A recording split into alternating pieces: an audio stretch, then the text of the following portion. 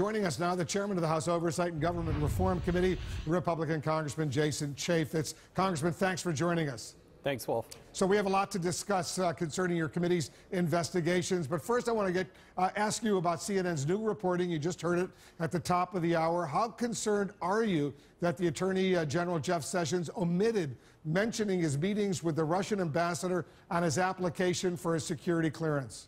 Well, look, I haven't seen the application. I don't know what's required, whether incidental contact at, say, a convention or something is required. And it really is an issue for the United States Senate. I mean, they're the ones that go through the confirmation process, and you would hope that anybody who fills out those forms give it completely, truthfully, and fulfills the obligation that they're due. Your committee, the House Oversight Committee, set today as a deadline, Mr. Chairman, for the FBI to supply any of former FBI Director Comey's memos on his conversations with President Trump. Have you received those memos?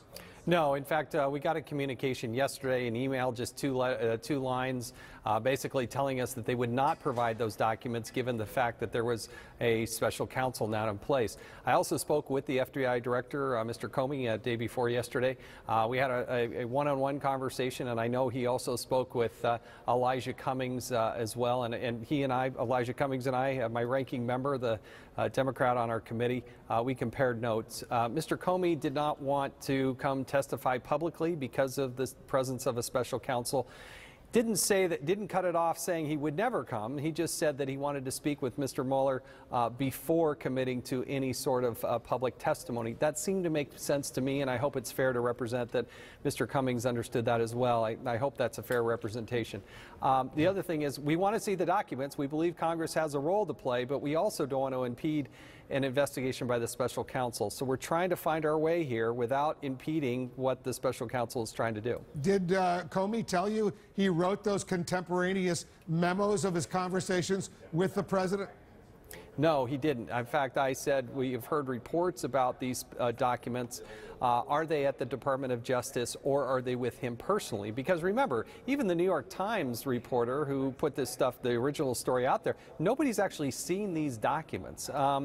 We're assuming that they're there, but I haven't seen that they're there, and so I'm skeptical and want to see them ourselves. But Director Comey he would not answer that question. He would not confirm where they are, what their presence, if there was a presence of these documents. He would not say a word about that. And I asked him directly, but he would not say. So he wouldn't confirm nor deny that those memos exist? I didn't ask him that way. I asked him if the documents were at the Department of Justice or if they were with him personally. And he said he did not want to comment about that in any way, shape, or form. Will your committee subpoena those memos? There's always a potential of using a subpoena, but we got to see how this plays out. What I do think the Department of Justice owes the House of Representatives, specifically our Committee on Oversight, is an explanation as to why they're not providing these documents. It isn't going to be good enough to just offer two sentences and say, hey, there's a special counsel. We're not going to let Congress do its job. We have a constitutional duty. We plan to fulfill that. If I have to send another letter tomorrow, getting them to actually more fully explain that, we will. But I would hope the Department of Justice would do the right thing and provide us a full explanation as to why they think the Congress should not be able to see these. Did you ask Director Comey if there were White House tapes? I did not. Is he upset about being fired? Could you tell based on your conversation with him? We had a little personal interaction there that I thought we both had a smile on our face. And look, he's, in my opinion, my interaction, he's been very open, very forthright, and I appreciate him getting on the phone with us. We'll obviously have more interaction with him, at least the committee will, going forward. But I wanted to know directly whether or not he would come testify at a hearing that we were supposed to do today. And in between my email or my tweet that I put out and where we're going, basically we had a special counsel put in place, which creates a whole different equation than where we were at a week ago. Did you get any reaction from him? Did you mention the reports that the president told the Russians he thought Comey, what was a nut job, was crazy? Did he react to that comment? No, I didn't spend 30 minutes on the phone. We spent a few minutes, had a very cordial call, very professional, and very accessible. And as the chairman, I do appreciate that. Nevertheless, the Congress does need to see these documents without impeding the special counsel in what they're doing. And we'll have to find our way as to what the right timing of that is. I think it's also important, even though I'm departing Congress at the end of June, that the House of Representatives continue on, because they have to provide oversight not only of this matter, but also of the special counsel. The special counsel doesn't get to continue on in perpetuity without any oversight. That's what Congress is supposed to do on both the House and the Senate, and we'll have to figure out a way to do that. Did you talk at all about the other reports that the president asked him to shut down the entire investigation? I did not talk to Director Comey about that. Obviously, we would like to see what's in these notes, not only to see what is the written word of Mr. Comey, supposedly, but also then eventually to talk to Mr. Comey to get his perspective on how he took it. And, you know, it's one thing to see something written down, but it's another thing to talk to somebody and say, was that threatening? Was that derogatory? Was that just said in jest? I don't know, but you'd like to get Mr. Comey's perspective. So got to see the documents, got to talk to Mr. Comey. And then let's also remember that there's another side of this story that needs to be flushed out at some point, too. Your colleague on the House Oversight Committee, the ranking member, the Democrat Elijah Cummings, says that the fired National Security Advisor, General Flynn, made false statements about his foreign work to Pentagon investigators. Can you confirm that? Well, what we did do a number of weeks ago is we sent to the Secretary of the Army a request for a final determination. We believe that, at least through our investigation, what we had seen, and quite frankly not seen, is that General Flynn, again, this is more than a year ago, back during the Obama administration, when he took money for appearances from the Russians and also in Turkey, that he was supposed to proactively seek permission and receive permission in order to take those payments. We see no such paperwork, and so we can't prosecute people in the House of Representatives. They don't give us handcuffs. So we refer that now back to the Department of the Army for their final determination, but that happened weeks ago. But if he's applying to become the National Security Advisor to the President and he's filling out new forms with the Pentagon, with the Army, or whomever, shouldn't he be up front and reveal all those specific contacts he had, money he received from foreign governments? Well, interestingly enough, the permission or the granting of a security clearance was done by the Obama administration. But he needed additional security clearances once you're to be the National Security Advisor. He may have received security clearances from the Army, from the Defense Intelligence Agency during the Obama administration, but the President Trump, wanted him to be his top National Security Advisor. That required him filling out all sorts of new forms. And that was done, evidently, during the Obama administration. So there are a number of Obama-era relationships or Obama-era personnel. It really begs the question, why did the Obama administration approve his security clearance? The answer is that security clearances are different than the very intense vetting, separate vetting you need to become National Security Advisor to the President. Yes, he had security clearances. He was once the director of the Defense Intelligence Agency. He was a three-star general. He obviously had security clearances, but you need to go through a separate round of vetting to become the National Security Advisor to the President. Yes, and that was done in the Obama administration, not the Trump administration. Once the President Trump said he was going to be the National Security Advisor, if you think you have the answer and I don't, then share it with me, because we did participate in a classified briefing, and Mr. Cummings was sitting right at my side. So I do think I got a pretty good briefing on this, and that is really the Obama administration. Well, you know, your colleague, Congressman Cummings, he's calling on you to subpoena those White House documents, the specific White House documents, as far as the vetting of General Flynn is concerned. Are you ready to do that? No, I'm not. We sat through a classified briefing on this topic. I really can't say much more than that. Well, why not get the documents just to double check? I'm telling you that I've already sat through a classified briefing on this. But why not get the documents? Well, we can keep going back and forth. I've told you that we did sit through the classified briefing on this.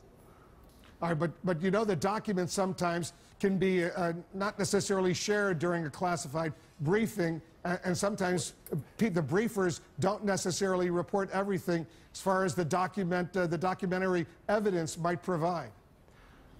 Given that I was in the meeting and you were not, with all due respect, that is not something that I am going to subpoena at this moment. I'm not. We got a classified briefing on this. All right, let's talk about something else. The Washington Post is now reporting that the former director, James Comey, may have based his decision on how to handle the Clinton email server investigation, at least in part, on a Russian document that turned out to be, quote, bad intelligence. The document may even have been completely fake. How does that report influence your understanding of the election? Well, we haven't gotten a crystal clear picture of this. I have seen that news report, but not seeing everything that the FBI is seeing. Given that there is this ongoing investigation, I wouldn't necessarily see this. The House of Representatives is dealing with this differently than the United States Senate. In the House of Representatives, things that deal with sources, methods, intelligence, that is being done by the House Intelligence Committee, and so I would really need to leave it to that committee. As it relates to some of these other investigations, some of the stuff, for instance, with General Flynn, then the Oversight Committee has taken the lead on that. But in that particular case, in this story, really would be for the House Intelligence Committee, not for the committee that I chair. You did play a very important role in the Clinton email investigation by publicizing Comey's letter informing you that the investigation would be reopened right before Election Day, 11 days before the election. You've been outspoken about going after leakers. Do you consider yourself, let's say, a leaker for publicizing that letter he wrote to your committee? No, that was a non-classified a letter that was sent to lots of different people. So no, it's unclassified information. I thought the public had the right to know. We had a hearing in July where we had the FBI director make a commitment that if they were reopening the investigation, if they were going to spend time and resources, the director had gone to great lengths in July explaining to the American people that they were done. They weren't going to prosecute anybody. And obviously they were now suddenly going to spend an exorbitant amount of resources looking into that investigation. So what I do like is that the Inspector General, Michael Horowitz, from the Department of Justice, he has 450 or so inspectors with him at the Department of Justice, and they're going to do a thorough look back from when Loretta Lynch met with President Bill Clinton on the tarmac all the way through, and we asked him to expand it to look through the firing of Director Comey. And that exhaustive report, because I think there's complaints legitimately on the Democratic side and on the Republican side. That report, probably the first part of next year, I'm guessing they'll be complete. That will be quite a report. They're going to have to look at that as well. Let me follow up on something you just said. Couldn't the leakers now in the White House or the Justice Department or elsewhere in the government make the same case that the public has a right to know? No, not necessarily. It depends on the information they're dealing. Look, when the director of the FBI sends the chairman and the ranking member and members of Congress non-classified information, yes, we have the right to make that public. Absolutely. Well, who has the right to make it public? Well, we do. We do. As a member of Congress, I have the right to do that. As the chairman, I can do that. It's an unclassified piece of information. When that letter came over, it was unclassified. Is that what you're saying? Yeah. And so you decided just to release it. Your committee has also requested an update from the Trump Organization on how its hotels would ensure no foreign payments end up in the president's hands. And you got a reply that it would be impractical to ask hotel guests if they're representing a foreign government. Do the current procedures go far enough to prevent any violation of what's called the Emoluments Clause? What I find from the Trump, again, this comes more from the personal office, but what I find the Trump Organization doing is bending over backwards to be as open and transparent as possible. Now, they're going to look at the 2017 receipts, and they're figuring out a mechanism to reimburse or pay to the Treasury, if you will, when the foreign nationals stay at that hotel. That is bending over backwards. It's very early in the process, given that we're still in May. Probably not something you're going to see until 2018. But I think they've laid out a general framework, and that will be refined over the next 7 to 8 months. And as you turn the corner into 2018, they will release some report at some time. And I think the Trumps are going to great lengths to be as open and transparent about this as they can possibly be. You've got a lot going on. You're the chairman of one of the most important committees in the House of Representatives. You've got a lot of investigations going on right now. I guess it's a question that a lot of people are asking, Mr. Chairman. Why are you leaving Congress by the end of June? No, well, you know, at some point you got to get off this crazy train. There's always somebody doing something stupid somewhere, so there's always plenty of things to investigate and look at. But you know, at some point you got to look yourself in the mirror and say, hey, I've spent more than 1,500 nights away from my family. I happen to love my wife and adore our kids. We're about to become empty nesters, and looking at the prospect of spending another 200 or 300 nights away from my wonderful wife Julie, it's over the next 18 months. I just didn't want to do it anymore. So just want to make the transition. And I always promised that I would get in, serve, and get out. This is not supposed to be a lifetime appointment. And I don't want to get that Potomac fever and just get too caught up in myself or anything else, and get more of a balance back in my life. So I decided that, hey, the end of June, we're going to hang up our cleats at this chapter of our life. But, you know, a lot of your constituents are disappointed. You ran for a 2-year term, and all of a sudden you're leaving. They're upset. And there's been a lot of speculation. You've seen all the reports that you're leaving to become, what, a TV pundit? Is any of that true?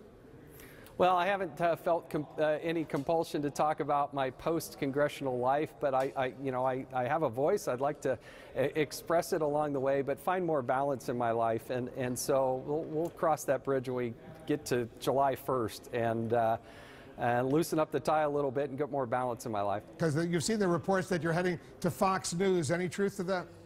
Well, again, Wolf, I'm not here to talk about that yet. We're gonna do that at the proper time, but I'm not talking about post-congressional employment at this time. You think you'd be making the same choice if Hillary Clinton had won the presidency? At some point you got to say enough is enough, and you just got to keep moving on. So look, I think I would make exactly the same choice. There's always more investigations, exciting things that we're doing. We had this great success with the Department of Education where somebody finally resigned. I think they should have been kicked out of government a long time ago. And I love the work, I really do, but I love my family more. And most people probably watching this say, oh, I don't know that I believe that, but that is the honest truth. And you know, 2 of our kids are now, in the last 18 months, they got married and they're moving out of state. And that's a whole new phenomenon that I didn't anticipate for 18 months beforehand. Well, congratulations on the weddings. You've always been very generous with your time with us. We've always enjoyed having you here with us on CNN in the Situation Room. Wherever you go, we wish you only the best. And if you head to Fox, we'll miss you here on CNN. Thank you, Wolf. I appreciate it. Congressman Jason Chaffetz is the chairman of the Oversight Committee. Coming up, the Senate Judiciary Committee is also waiting for those